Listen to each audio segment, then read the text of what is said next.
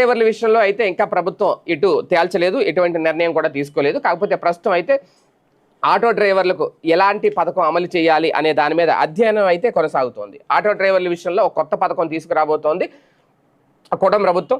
దానికి సంబంధించి కసరత్తు అయితే మొదలు పెట్టారు.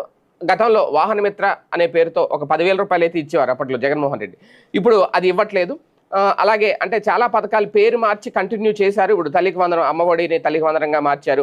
అలాగే రైతు భరోసా ఏదైతే ఉందో అప్పట్లో దాన్ని ఇప్పుడు అన్నదాత సుఖీభావగా మార్చారు. ఇలా కొన్ని పథకాల పేర్లు అయితే మార్చి పథకాలు అయితే కంటిన్యూ చేస్తున్నారు. కొన్ని పథకాలు కంప్లీట్గా తీసేశారు. అయితే అందులో భాగంగా ఈ వాహన మిత్ర అనేది కూడా లేదు ఇప్పుడు ప్రస్తుతం.